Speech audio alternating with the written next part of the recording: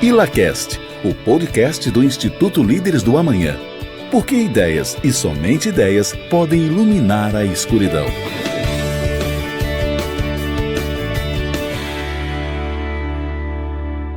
Olá, pessoal!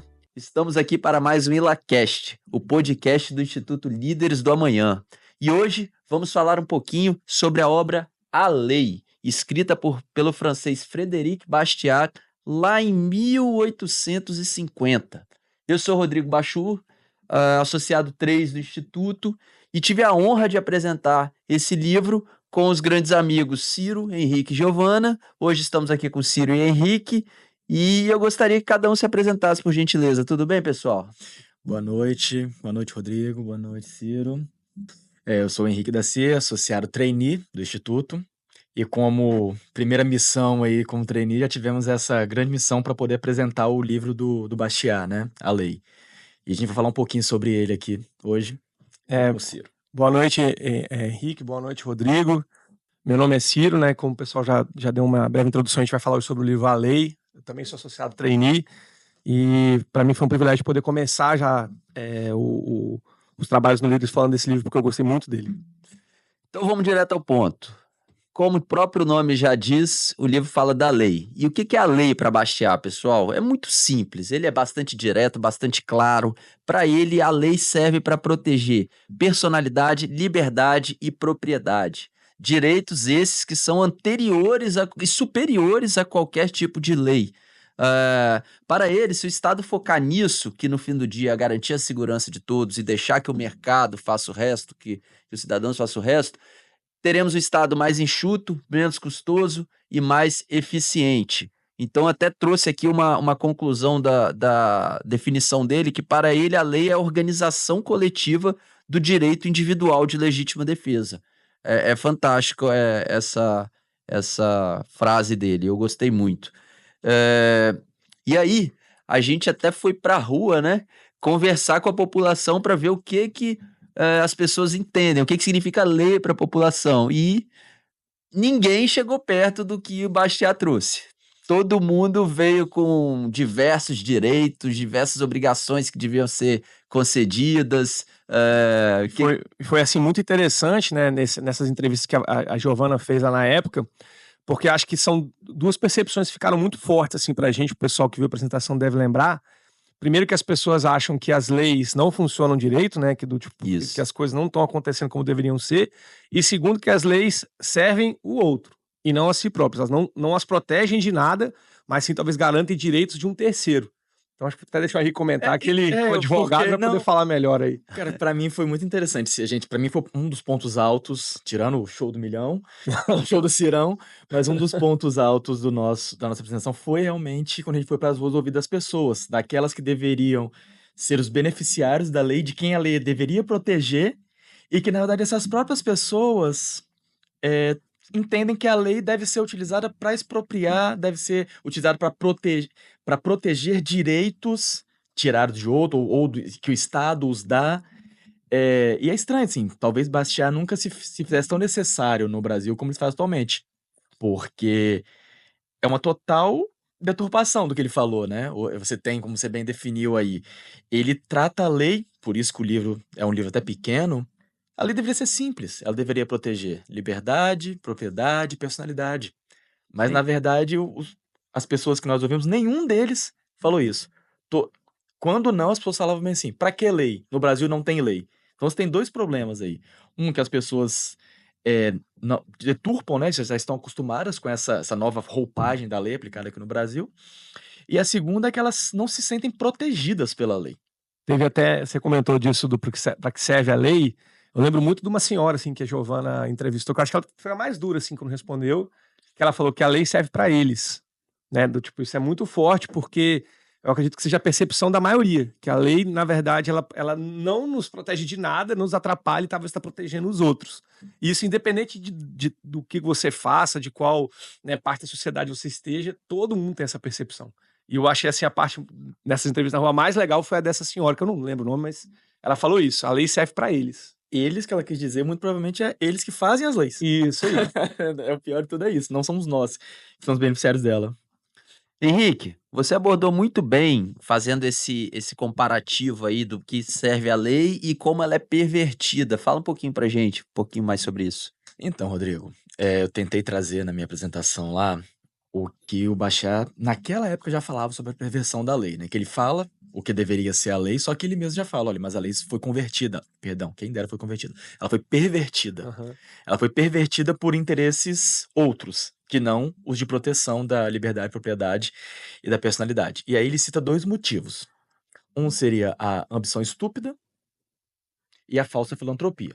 Ele trabalha grande parte do livro, desses capítulos iniciais, falando sobre esses dois motivos que seriam pervertido a lei. E a ambição estúpida, ele fala o seguinte: olha, a lei foi pervertida. E por ela ter sido pervertida, aqueles que deveriam ser beneficiados, deveriam ser protegidos por ela, olham para cima e veem quem está utilizando da lei para expropriá-los e fala o seguinte: olha, eu vou também dar um jeito de também utilizar da lei em benefício próprio. Esse é o grande problema. Em vez dele brigar pra acabar com esse benefício que não é certo, ele busca se dar bem também, né? Isso. E aí, quando você tem essa perversão da lei, ela causa na população esse sentimento de que, se é só pela lei que eu vou conseguir as coisas, se tá na lei, é requisito necessário para me expropriar, para que eu vou trabalhar? Para que eu vou buscar empreender? Vamos falar do empreendedor, né? O empreendedor, ele olha e fala: poxa, para que eu vou buscar empreender? Para que eu vou enfrentar uma regra tributária maluca, legislações trabalhistas também bastante confuso, na verdade, quebra de contratos, um calhamaço de legislação, normas, sendo que eu posso ser uma pessoa que vai criar leis e me beneficiar disso, entendeu? Eu acho que esse primeiro ponto da ambição estúpida, ela põe muito, demonstra muito o que é o Brasil hoje, porque você tem os três poderes muito sobrecarregados de servidores públicos, de políticos, e uma população que tenta empreender, mas encontra obstáculos, busca caminhos, mas é atropelada pela lei. E o outro motivo que ele fala também é da falsa filantropia. Uhum. E aí ela casa muito com essa ideia, porque a falsa filantropia, na verdade, é quando quem utiliza a lei para pervertê-la o faz, num primeiro momento, parecendo que é para proteger a população. E aí ele Henrique, só um comentário aqui enquanto você estava falando sobre essa questão de leis trabalhistas, todo esse tipo de lei que você estava citando aí. Eu lembrei que durante a nossa apresentação a gente comentou sobre o número de leis que são criadas todos os dias. mesmo. Eu não me lembrava o número aqui, eu fui pesquisando no celular aqui. Só para a gente ter noção, são mais de 34 mil leis que ordenam a nossa vida. E, assim, até uma reflexão sobre isso. Isso faz a nossa vida melhor? Será que a gente precisa de 34 mil leis para poder É ordenar a nossa impossível vida? saber todas. Sabe? Nem Será o melhor jurista sabe não todas. sabe. E será que tipo, a gente precisa legislar sobre absolutamente tudo? A gente também lá na nossa apresentação trouxe alguns exemplos de leis esdrúxulas que aqui não nem cabe a gente trazer cada um desses exemplos, mas é pensar, será que é possível, necessário e melhor a nossa vida legislar sobre tudo? Vou deixar você continuar. Você falou uma questão aqui que eu parei para pensar. Se há 170 anos o Bastiat já estava assustado com a quantidade de leis e como ela foi pervertida, você imagina se pega hoje 34 mil leis. 34 Não, mil leis e no aí você Brasil. puxou a questão das leis esdrúxulas, né? O engraçado é que, para muita gente, muitas pessoas, ainda que a lei seja esdrúxula, só pelo fato de ser lei, eles vão seguir, vão obedecer, em vez de tentar retirar essa lei do ordenamento, melhorar a situação. Não, a pessoa tá na lei, Tá na então lei, tem que isso aí. fazer e sinto muito. Na verdade, assim, até a nossa forma de pensar, eu digo até por mim mesmo, que antes de ler o livro, eu nunca tinha parado de pensar por esse outro lado, né? A gente, na verdade, busca ter mais leis. A gente, antes de você ler, o pensamento é, pô, alguém precisa fazer uma lei para proibir isso, alguém precisa fazer uma lei para regulamentar isso. Quando isso, na verdade, piora a situação, porque Sim.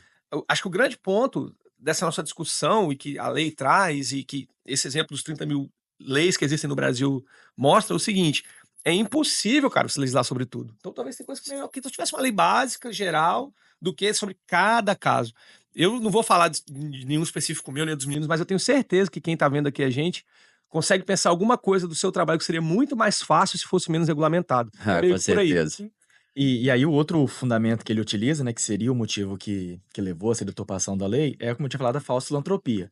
E aí eu lembro que na nossa apresentação a gente trouxe alguns exemplos de matérias que, num primeiro olhar, você pensa assim, nossa, quem tá propondo a lei, né, do legislativo, falava, não, que nós temos que fazer uma distribuição de riqueza, temos que legislar para os pobres. Era o Zeca Dirceu. O cara que você trouxe de exemplo era o Zeca foi? Dirceu. Eu não Foi lembrava. só... Temos que legislar para os pobres, temos que proteger determinado grupo, temos que tirar de tal grupo para tal grupo. Então parece assim, né, a um primeiro olhar, que é um motivo nobre. E eles usam esses motivos nobres. Sim. Ninguém vai na televisão ou vai fazer um pronunciamento na Câmara para falar sobre assuntos espinhosos. Eles vão, na verdade, para falar daquilo que parece muito bonito. E aí eu lembro aqui outra obra fantástica de Bastiat, O que se vê e o que não se vê, que se encaixa perfeitamente aí, né? Foi. O que se vê, esse objetivo nobre de ajudar a população. O que não se vê, aí que o bicho pega. Que são aqueles interesses Escusos, sombrios, né? aí que E aí que a gente tem que ter atenção. Citando mais um livro aí que a gente tem, assim, que tem muito a ver com tudo isso, é aquele Economia em uma Única Lição, que vai muito de acordo com essa questão do que se vê, o que não se vê, que é o quê? Quando você vê alguém defendendo um subsídio ou algo, normalmente está defendendo a sua indústria, o seu próprio interesse. E vai muito de acordo com isso desses políticos que vão muitas vezes gritar por mais direitos ou gritar pelo melhor para o povo, mas quando você Já vê... te interrompendo, assim, você falou sobre isso, e eu Ah. lembro, no Brasil, eu não sei se isso é comum em outros países, mas no Brasil nós temos um legislativo que você tem a bancada de tal coisa, bancada de tal coisa, do que demonstra, na verdade, que eles estão usando a lei. Defendendo o seu interesse. Defendendo Só o seu isso, interesse. defendendo o seu interesse. Só que eu não vou falar, não, eu tô aqui para defender o meu interesse. Eu falo, tô defendendo o interesse do meu estado. Eu tô Perfeito. defendendo o interesse da minha região. Fica menos feio, né? Então é o que se vê, o que não se vê, né? Economia em uma Única Lição fala muito disso. Então é por aí. E veja bem, não tem nenhum problema defender interesses. Nenhum. O que a gente tá batendo é que às vezes a pessoa utiliza que tá defendendo uma coisa quando na verdade tá defendendo outra. Se ele fosse, eu tô defendendo o interesse tal, por isso, isso. Uhum. Por exemplo, os argumentos dos pobres, né? Pobres é um ótimo argumento, sempre é utilizado, ou grupos minoritários. Você fala, olha, estou protegendo esse determinado grupo, só que você não diz de onde o dinheiro vai vir para isso, você não diz para onde o dinheiro realmente vai, você não diz várias coisas que deveriam ser ditas antes de você anunciar aquilo como verdade absoluta. Sim. Entendeu? E aí esse que talvez não é o maior problema é a própria deturpação da lei em si. Mas isso é um problema que agrava. E aí quando ele traz esses dois argumentos da ambição estúpida e da falsa filantropia, você percebe que elas se casam, porque chegam as leis prontas, já chega o comando da lei já falando, olha, vai ser dessa forma, e o Estado se porta como se ele fosse a babá do povo, fosse um deus, falando, olha, você fala, olha, eu não quero ter que pagar imposto de renda. Ele fala, não, você tem que pagar imposto de renda, que a gente tem que pegar esse dinheiro e fazer uma destinação, não quero pagar imposto, não quero pagar tributo. Ele fala, não, você tem que pagar, porque nós vamos ter que utilizar isso aqui para um outro fim, olha que fim nobre, vamos É pela construir isso. educação. É pela educação, é pela saúde, sabe? Então, essa ideia que o Bastiat já passava, esse Leviatã, que o Estado é o Estado, ele quer reger a vida da população através das leis. Sim. Quando, na verdade, ele deveria ter uma conduta totalmente contrária. Que era, olha, eu só vou intervir quando alguém ultrapassar os limites da liberdade. E aí o Estado acha que sabe o que é melhor para todo mundo, né? E aí sempre fica aquela dúvida, quem vigia o vigia? É isso aí. É. E um gancho legal também que eu trago aí dessa questão da legislação e de quem vigia o vigia é sobre também a representatividade que a gente tem no Brasil. Um dado muito legal, do Brasil, não muito legal, muito triste, né? Por conta do coeficiente eleitoral, é a baixa representatividade. Então, no fim do dia, essas 34 mil leis que foram lá, né, definidas pelo Legislativo foram definidas por pessoas que não foram eleitas de fato. O número das pessoas que foram... delas, né? Porque os que são eleitos de fato são 5% dos deputados. Pela regra do coeficiente. Eleitoral, né? Então 95% não foram, tudo bem, Ciro, o cara puxou muito voto e tal. Mas o problema então os partidos vão selecionar melhores gestores, legisladores, melhores políticos ou melhores puxadores de voto. A gente também comentou disso na nossa apresentação, quando dava aqueles exemplos das propagandas eleitorais esdrúxulas, que todo mundo já viu, do Tiririca, dos caras com nomes engraçados, porque são esses caras que ganham as eleições. E aí que entra a ambição estúpida, né? O cara Exatamente. quer, na verdade, ele quer dar um jeito de entrar. de entrar, porque ele sabe que ele vai usar a Entrou, lei, ele garante o dele, tá vai ótimo. usar a lei a favor dele, vai usar a lei pra proteger, ó, pra, na verdade, favorecer aquilo que ele entende como necessário para ele, e foi o que você falou. Não é para mim, ele nem fala que é pra mim. Não. Ele usa a falsotropia. Não, é pra vocês. Estou fazendo isso aqui pra vocês. Esses 95% são os que ninguém sabe, né? Quando o pessoal comenta aí, quem você votou, tal. Você não sabe nem quem são essas pessoas que no fim do dia estão fazendo 34 mil leis para deixar a nossa vida tão mais fácil como vocês veem no dia a dia aí. E qual ferramenta que eles usam? Assim, uma ferramenta boa, você explicou bem na ocasião. Essa ferramenta eu lembro também que a gente trouxe também um vídeo interessante sobre essa questão, que os argumentos retóricos, porque, como a gente já tinha falado, quando você que está sendo expropriado, você falou, Henrique, mas a população deveria se unir contra isso e pedir menos leis. Mas aí, quando você se insurge contra isso, você fala, olha, eu não aceito que esse dinheiro seja nesse montante para determinado grupo ou determinada situação, saúde, educação, etc. E aí, qual que é o argumento que essas pessoas que fazem as leis utilizam? Mas você é contra a saúde? Você é contra os pobres? Você é contra a educação de qualidade, a educação E, pública? na verdade, você não tá querendo dizer nada disso, Sim. né? Eles estão fugindo do... É um nível de argumentação, de discussão muito rasa. No próprio livro, Bachar fala disso. Ele fala, eu não sou contra a educação pública, eu sou contra a forma que está sendo discutida nesse momento, e isso há 170 anos atrás. E eu até trouxe uns dados aqui, eu estava pesquisando mais cedo, que isso se aplica, por exemplo, ao Brasil, né? Se alguém aqui no Brasil, hoje os professores federais estão de greve, né? E cobrando mais investimentos na educação e tudo, e eu trouxe um dado interessante, né? Que eu trouxe um relatório aqui da própria OCDE, que é o Education at Glance, e o Brasil hoje tem um gasto maior que a média da OCDE.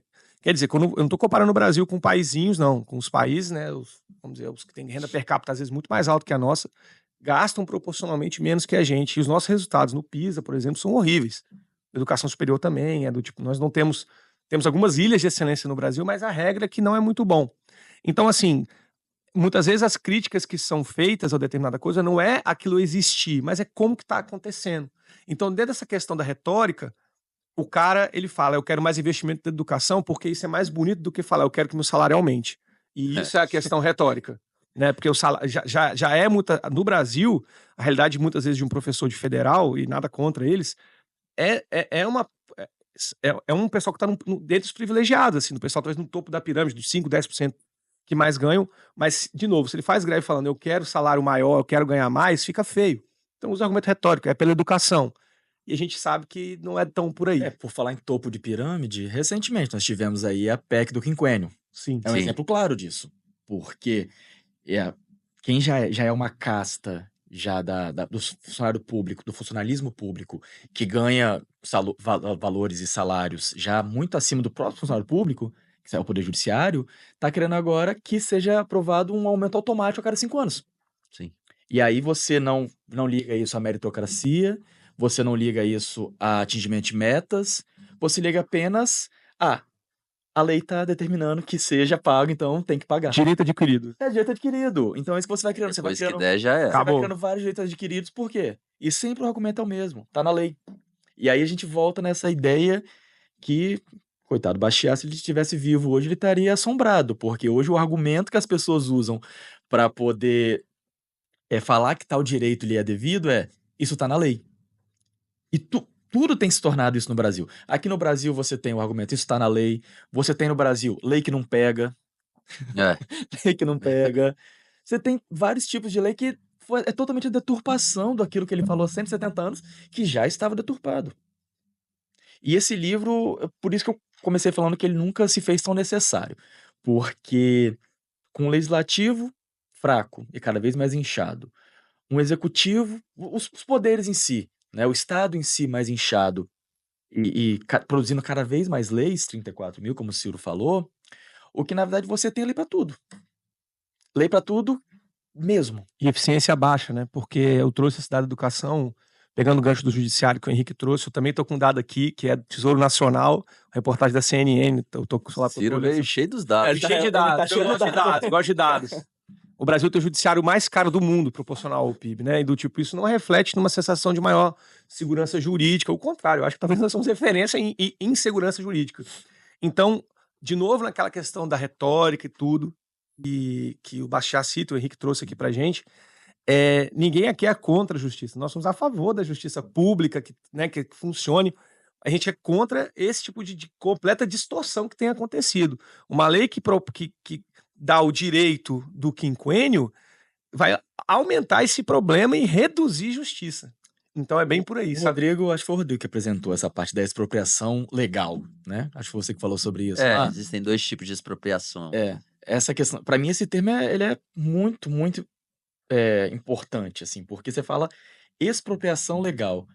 O termo é totalmente contrário do que o Bachat falou. Não deveria haver expropriação legal, porque a lei ela foi feita para evitar a expropriação. E o que a gente vê é isso. Você tem essa PEC, por exemplo, que vai tirar de algum lugar dos nossos tributos Sim. e vai transferir isso. E aí eu não vou falar nem de argumento, né, não seria nem falsa filantropia nesse caso, porque você tem aí Sim. uma classe que já é beneficiada em cima do funcionarismo público, mas que vai receber mais aumento. Só para os nossos ouvintes saberem, a expropriação legal, de acordo com o Bastiat, é aquela que se dá em decorrência da lei. Tem uma autorização para expropriar alguém. Já a ilegal é aquela que é o cometimento de um crime. Por exemplo, um roubo à mão armada, alguma coisa nesse sentido. E não só pegando esse gancho dos funcionários públicos e de privilégios dentro do funcionalismo público, deixando claro que isso não se reflete a todos. Ninguém está falando aqui de professor de escola, de enfermeiro, de gari. Não é disso. Até porque o Brasil tem um número proporcional de funcionários públicos menor até do que os Estados Unidos. Eu não estou nem comparando com Dinamarca, Noruega, que tem 30% dos seus trabalhadores no meio público. Mas mesmo os Estados Unidos, que é um país bastante liberal, um país que, né, é famoso por não ter um Estado assim, inchado como aqui, tem 13,5% dos seus trabalhadores na iniciativa pública. O Brasil tem 11%. Então, quer dizer, a gente tem aproximadamente 10% menos que os Estados Unidos e tem educação mais cara, justiça mais cara. Eu gosto muito desse argumento do Bachat quando ele fala de que, quando ele critica a educação, ele não é contra. Eu acho que é muito isso. Quando a gente critica alguma coisa da justiça, da educação, da saúde ou do que for, não é sobre ser contra e ser público, é sobre ser mais eficiente. Sobre isso ser do tipo melhor gerido. E esse excesso de leis gera essa enorme ineficiência. Só um comentário, pessoal. É muito aquela ideia de quem produz é quem sofre mais e quem não produz é privilegiado. Sim. Exatamente. E aí, quando você tem... E isso é totalmente antieconômico. A conta não fecha. Exatamente, a conta não vai fechar. Essa que é a grande questão. É uma matemática muito simples. Para mim, pelo menos, é uma matemática muito simples. Você gasta valores exorbitantes com funcionalismo público, você gasta valores exorbitantes com subsídios, você gasta valores exorbitantes com várias coisas, tudo com base na lei. Porque se estiver fora da lei... Aí só dá problema, só questionam se estiver fora da lei. Porque se tá na lei, isso tá na lei, aí o argumento já cai por terra. E quem paga isso, quem é penalizado com essas leis, são exatamente as pessoas que produzem todo o... Eles pagam a conta. Que pagam a conta. É surreal. O quão Bastiat foi... A lei foi deturpada e Bastiat foi esquecido ao longo desses 170 anos por determinados. Sobre essa matemática aí, tem uma frase do Bachat também, né? Que ele fala que é uma ilusão que todo mundo querer viver do Estado quando é o Estado que vive da gente, né? Então é tudo a ver com isso. Todo mundo queria viver do Estado, mas é o Estado que vive da gente, né? Então a gente não pode esquecer disso. Parte dessa premissa que o Estado vive da gente, depois a gente pensa como que vai tocar cada uma dessas coisas, né? É bacana, bacana. E pessoal, hoje a gente tem muito acesso à informação, quem se dedica um pouquinho consegue ver isso com mais clareza. Só que o Bachat viu isso lá 170 anos atrás, né? Então, apesar do que parece que o livro foi escrito hoje, recentemente, porque ele é muito atual. Sim. E assim, até pegando esse gancho do tanto de tempo que esse livro foi escrito, tem uma previsão, né? Ele deu um momento de Nostradamus ali no livro, que o Bachat ele faz uma previsão de que os Estados Unidos será o país mais desenvolvido, mais rico do mundo. Isso lá em 1850, né? Os Estados Unidos era um país que tinha 60, 70 anos de independência, era um país ainda que não era o que é hoje. Então é importante citar tudo isso, porque eu falar hoje que os Estados Unidos é o país mais rico do mundo por conta de liberdade, vocês vão me chamar de engenheiro de obra pronta. Mas o Bashar falou isso há 170 anos atrás. Ele ainda comentou, ele falou assim, os Estados Unidos, ele fala, né, para mim é o país que tem tudo para ir para frente, ele tem que lidar com essa chaga da escravidão, ele cita isso no livro, e de fato, o cara tem uma visão tão assim, né, para frente, que de fato, 15 anos depois do livro, os Estados Unidos entram numa guerra civil horrível, que dura anos, para resolver a questão da escravidão. Passa 170, hoje os Estados Unidos é o país mais rico do mundo, o maior PIB. Mas por que ele viu isso lá atrás? Constituição simples, poucas leis, bastante liberdade, né? Os meus amigos que são advogados vão poder falar melhor do que eu, mas até onde eu sei, os Estados Unidos têm uma carta magna, que é a sua Constituição, com 13, 14 leis. Não posso estar enganado no número, mas é por aí, né? Uhum. E com isso ele foi dando a liberdade de cada estado, cada condado, cada região, e se desenvolvendo da forma que achasse melhor. É uma coisa... Aqui é muito de cima para baixo, lá foi muito de baixo para cima. E o resultado tá aí. Sem querer entrar muito na questão jurídica sobre os Estados Unidos, lá eles é vigido sobre o common law, né? Uhum. E como que é o common law? Common law, na verdade, você tem a lei geral, e eles são interpretados de acordo com os casos típicos, casos na prática. Então você... Olha, Precedentes. os precedentes. E aí, isso pra mim que é uma questão muito interessante, porque você pega a lei pura, a lei de determinada situação, e você vai aplicando ela caso a caso, e olha, quando você tiver um caso idêntico, você vai chamar o precedente daquela situação. Então, o que atualiza a legislação dos Estados Unidos não são os legisladores, são as situações, é a sociedade, são os conflitos sociais. Perfeito. Entendeu? Sim. Diferente no Brasil. No Brasil, eles querem, novamente, com essa ideia de cuidar da população, Lei. antever problemas que, segundo eles, a gente não vai conseguir resolver. O exemplo claro são as várias PLs aí que procuram procuram cercear a liberdade de expressão. E vou pegar de novo esse gancho para trazer algo de novo ao ouvinte. Mais um dado? Eu não sei, não é um dado, mas é um fato, Eu não sei, você que está me ouvindo, eu não sei com o que você trabalha, mas eu tenho certeza que existe algo do seu negócio que você acha super complicado, porque existe uma legislação que você pensa, cara, quem fez isso nunca trabalhou com isso. Independente da sua área. Eu tenho certeza que tem isso, porque tem na minha, tem na sua, Rodrigo. Tem na sua área, você fala assim, cara, quem fez isso não é possível que já trabalhou com isso. Então tem a ver com isso. Alguém cria uma lei antevendo o problema ou tentando cercar cada uma das situações, isso deixa tudo muito mais difícil. Muito, muito mais difícil. E não só deixa mais difícil, como torna muito mais caro. Sim. Né? Porque você tem que ter um corpo, né, um estado muito maior para legislar, para criar leis, para interpretar leis, no caso o Poder Judiciário, e quem, na verdade, que sofre a aplicação dessa lei, não consegue, só paga, só é mais expropriado. Sim. Entendeu? E eu acho que isso torna o Bastiat, acho que é isso que torna o Bastiat tão atual, principalmente no Brasil. Sim. Pessoal, com essa inquietação, eu vou encerrar o bate-papo aí. Queria agradecer, foi um prazeraço estudar esse livro com vocês. Os bate-papos foram fantásticos e espero que tenha outros mais pra frente. Valeu, Rodrigo. Obrigado, foi muito bom também. Como falei, foi a primeira experiência lá no Líderes, como trainee. E já foi uma experiência que para mim foi um divisor de águas, assim. Ainda mais eu que trabalho no mundo jurídico. Quando você faz faculdade, você é doutrinado a entender a lei de uma outra forma. E quando você lê o Bastiat, eu acho que isso abre um novo horizonte na sua cabeça para pensar mais em liberdade, pensar como deveriam ser as leis. Obrigado também, Rodrigo, pelas suas palavras aí. O Rodrigo foi nosso líder durante lá o nosso processo de leitura do livro e da apresentação, e ele foi super bem. Agradeço aí por ter nos tocado aí nesse projeto. E como o Henrique falou, cara, A Lei foi o nosso primeiro livro enquanto trainee. Super indico a quem tá ouvindo, nos vendo, não sei pra que rede que isso aqui vai. Super indico, é um livro pequeno, mas que realmente faz você perceber coisas que você não parava pra pensar. E, assim, por enquanto foi o livro que eu mais gostei também. E super indico a todos. Acho que resumo é isso aí. Obrigado, pessoal. E só relembrando os nossos ouvintes que a nossa conversa, nosso podcast vai estar disponível nas nossas redes sociais. Sigam o Instituto Líderes do Amanhã nas nossas redes sociais. Tem muito conteúdo bacana, muita discussão aí que tira a gente da zona de conforto. Também no YouTube. E é isso aí. ILACast, o podcast do Instituto Líderes do Amanhã. Porque ideias e somente ideias podem iluminar a escuridão.